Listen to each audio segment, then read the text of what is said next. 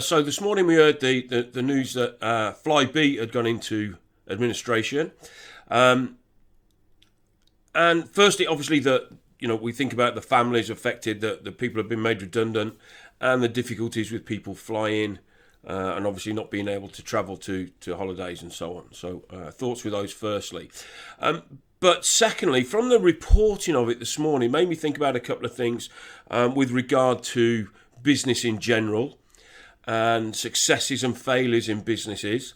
One of the things that it struck me was one of the reports said, and I can't confirm or deny whether this is true, but they said that EasyJet had got a contingency fund of £4 billion. Maybe euros.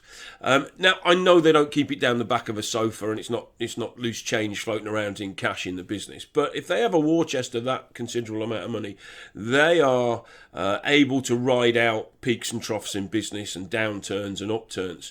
And one of the things that it reminded me of is the definition of being wealthy.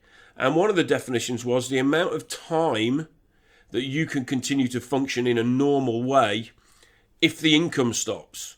So if at the end of the month you have paid all your bills and the new month arrives and there's no money coming in for whatever reason, if you can only live till 6 days time and then you have to start cutting back on things and worrying about your mortgage money and so on, you're actually not particularly wealthy.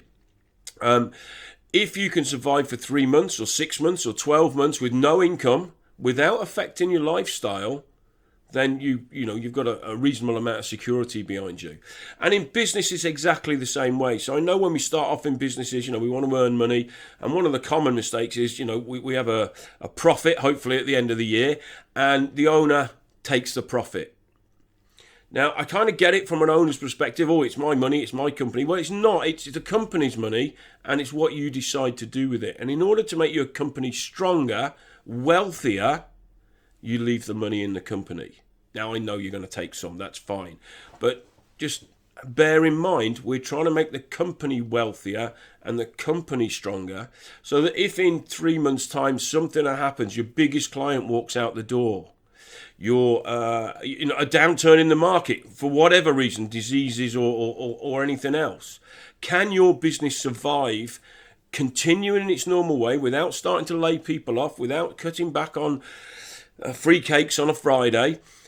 Can your business continue for a period of time, 6 months, 12 months, and continue to function as normal, to ride out the dips? Because there's going to be peaks and troughs. So if you're riding out the troughs because your business is strong, the cash may dwindle, and then obviously the cash goes back up because your business is in a sound position.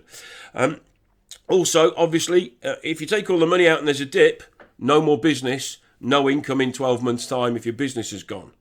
So just bear in mind, the definition of wealth is how long you can survive if the income stops coming in your current state.